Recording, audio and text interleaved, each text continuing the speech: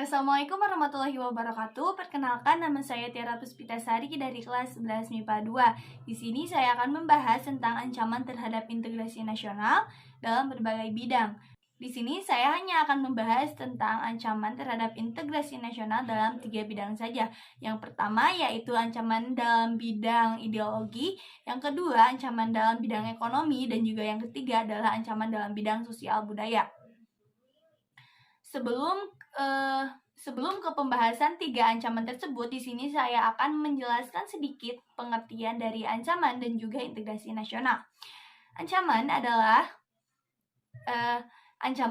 segala usaha ataupun kegiatan yang dapat membahayakan kedaulatan sebuah negara, keutuhan dari wilayah tersebut, dan juga mengganggu keselamatan segenap bangsanya. Kegiatan tersebut dapat berasal dari dalam negeri ataupun dari luar negeri. Kemudian ada integrasi nasional. Integrasi nasional adalah penyatuan berbagai sosial budaya yang beragam dalam satu kesatuan wilayah. Baik, di sini saya akan langsung membahas tentang ancaman terhadap integrasi nasional. Yang pertama yaitu ancaman dalam bidang ideologi. Ancaman yang pertama yaitu ancaman dalam bidang ideologi. Sudah diketahui secara umum bahwa ideologi merupakan sebuah landasan di mana landasan tersebut dijadikan sebagai tolak ukur, acuan, dan juga pandangan hidup bagi sebuah bangsa dan juga sebuah negara dalam melaksanakan kepemerintahan dan juga ketatannegaraannya. Seperti halnya Indonesia menganut ideologi Pancasila. Hal ini berarti ideologi Pancasila dijadikan sebagai pandangan hidup bagi bangsa Indonesia, di mana semua aturan, semua peraturan, perilaku, dan juga sistem kepemerintahan dan juga sistem ketatanegaraan dari negara Indonesia harus sesuai dengan ideologi Pancasila, tidak boleh bertentangan dan juga tidak boleh menyimpang dari nilai-nilai Pancasila. Kemudian, ancaman dalam bidang ideologi ini sangat mempengaruhi pemikiran masyarakat Indonesia. Apabila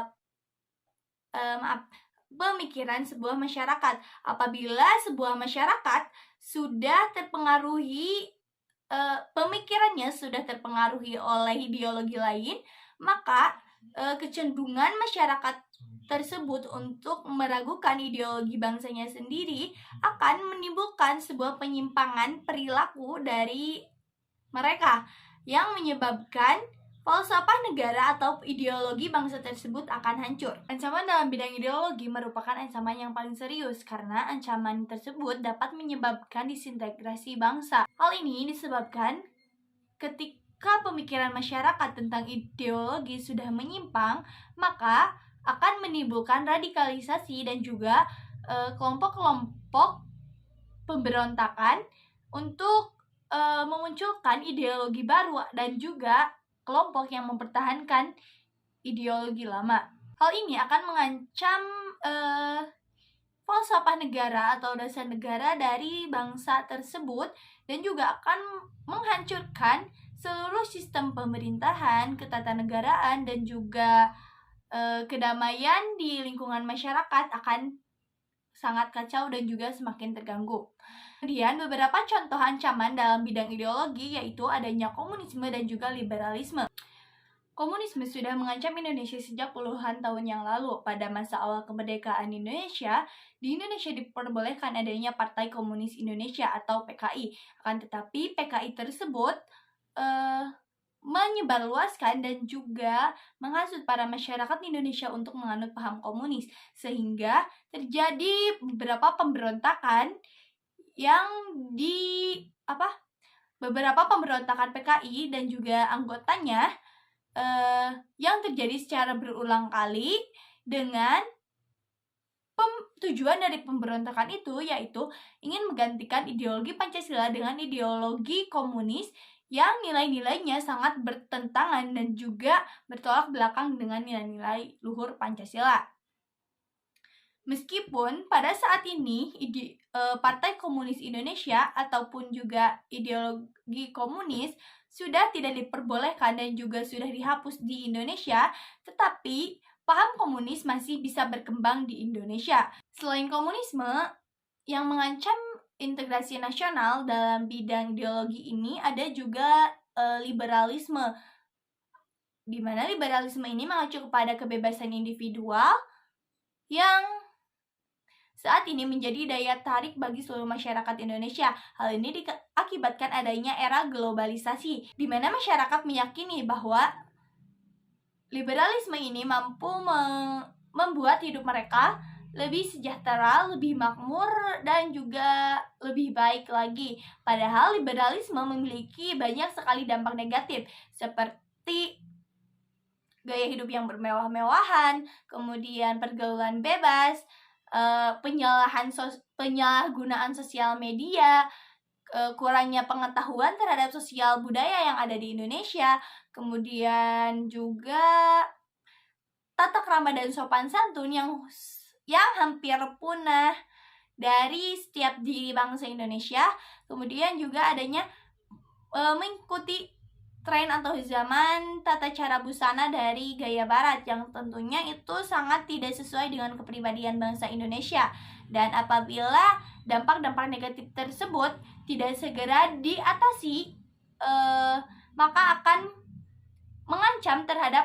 mengancam hilangnya kepribadian bangsa Indonesia itu sendiri. Strategi untuk menghadapi ancaman dalam bidang ideologi ini diantaranya yang pertama yaitu harus lebih memahami dan juga memaknai arti dari ideologi Pancasila. Kemudian juga menanamkan dan menerapkan nilai-nilai dari Pancasila dalam kehidupan sehari-hari. Yang ketiga yaitu menghilangkan sifat separatis. Kemudian yang keempat yaitu menghilangkan sifat individualis. Yang kelima yaitu meningkatkan hubungan dan ketakwaan terhadap Tuhan Yang Maha Esa. Yang keenam adalah memahami dan mengamalkan tentang wawasan-wawasan Nusantara. Yang ketujuh adalah memfilter atau membatasi segala bentuk budaya yang berasal dari luar. Jadi ambil budaya positif dari budaya-budaya luar. Ancaman yang kedua adalah ancaman dalam bidang ekonomi. Pada saat ini, sebuah negara sangat tidak mungkin mampu mempertahankan kondisi ekonomi dan juga mengembangkan perekonomian di negaranya tanpa bantuan dari negara lain. Pasti negara tersebut akan menjalin kerjasama dan juga hubungan internasional dengan negara lain untuk mengembangkan perekonomian di negaranya. Hal ini merupakan salah satu bagian dari globalisasi perekonomian, di mana globalisasi perekonomian memicu timbulnya peluang pasar yang lebih besar dari produk dalam negeri ke pasar internasional secara kompetitif. Tetapi selain itu, globalisasi perekonomian juga dapat menimbulkan terjadinya pemasokan barang secara tidak terkendali sehingga dapat menjadi ancaman bagi perekonomian negara tersebut. Beberapa ancaman yang terjadi. Beberapa dampak negatif dari globalisasi perekonomian yang dapat menjadi ancaman terhadap integrasi nasional dalam bidang ekonomi ini, diantaranya yang pertama yaitu inflasi atau kenaikan beberapa komoditas harga barang. Yang kedua yaitu tenggelamnya produk lokal karena banyaknya pemasokan produk-produk impor dari luar negeri yang lebih digemari oleh masyarakat Indonesia, sehingga produk lokal semakin kurang diperhatikan dan juga sehingga produk lokal kurang diperhatikan dan juga dicintai oleh negara Indonesia, oleh masyarakat Indonesia. Kemudian yang ketiga yaitu rentannya ambil alih kekuasaan perekonomian oleh negara lain. Hal ini disebabkan karena lebih besarnya pemasokan penanaman modal dari negara lain di Indonesia. Selain penanaman modal, juga kurangnya pendidikan, kurangnya masyarakat Indonesia dalam mengelola sebuah perusahaan, sehingga kekuasaan sepenuhnya diambil penuh dikendalikan secara penuh oleh negara asing, sehingga negara asing mendikte dan juga menekan pemerintah bangsa kita, sehingga kita secara tidak langsung perekonomian di negara Indonesia dijajah oleh negara asing. Beberapa strategi untuk menghadapi ancaman dalam bidang ekonomi ini diantaranya yang pertama yaitu pengendalian kegiatan ekspor dan impor, yaitu pengurangan kegiatan mengimpor barang dari negara lain apabila sekiranya barang tersebut masih terdapat di Indonesia, berarti tidak terlalu membutuhkan impor dari negara lain. Kemudian strategi yang kedua yaitu membuka lapangan pekerjaan yang lebih luas untuk memfasilitasi seluruh masyarakat Indonesia supaya memiliki pekerjaan dan juga memiliki pendapatan yang tetap. Yang ketiga yaitu pengenalan lebih jauh, mengangkat produk-produk lokal UMKM dibanding produk-produk luar negeri supaya masyarakat lebih mencintai produk lokal dibandingkan dengan produk luar negeri. 4 adalah perbaikan sistem pendidikan di Indonesia supaya menciptakan sumber daya manusia yang berkualitas yang mampu mengelola semua perusahaan dan juga sumber daya alam yang ada di Indonesia supaya perusahaan-perusahaan tersebut tidak lagi dikelola oleh negara lain.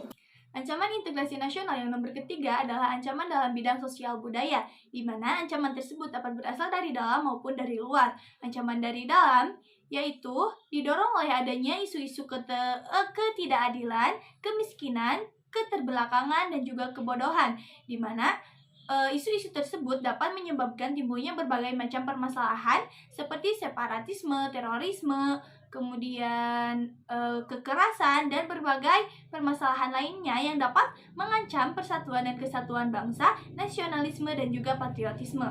Sedangkan ancaman dari luar timbul akibat adanya pengaruh negatif dari globalisasi, diantaranya yang pertama yaitu menimbulkan gaya hidup konsumtif, di mana selalu menggunakan atau mengkonsumsi barang-barang dari luar negeri. Yang kedua yaitu menimbulkan sikap hedonisme, yaitu mengutamakan kenikmatan pribadi dalam tahta tertinggi kehidupan, yaitu memaksakan diri sendiri untuk mencapai kepuasan dan kenikmatan kehidupan pribadi tanpa mempertimbangkan atau tanpa melihat norma-norma yang berlaku di masyarakat seperti mabuk-mabukan, terus foya-foya, pergaulan bebas, dan sebagainya. Yang ketiga yaitu munculnya sikap individualisme, yaitu selalu mementingkan diri sendiri dan tidak menganggap ada orang lain dan tidak menganggap orang lain bermakna. Yang keempat yaitu munculnya gejala westernisasi, yaitu gaya hidup yang selalu berorientasi atau mengikuti gaya kepada kehidupan orang-orang barat, seperti memakai pakaian yang melanggar norma-norma yang berlaku di masyarakat seperti memakai rok mini, kemudian juga laki-laki yang memakai anting, dan masih banyak lagi. Kemudian yang kelima yaitu memudahnya sikap gotong royong, solidaritas, dan juga kerjasama dalam masyarakat. Yang keenam yaitu semakin lunturnya nilai-nilai keagamaan dalam kehidupan bermasyarakat, sehingga tata krama, adab, sopan santun sekarang sudah mulai pudar.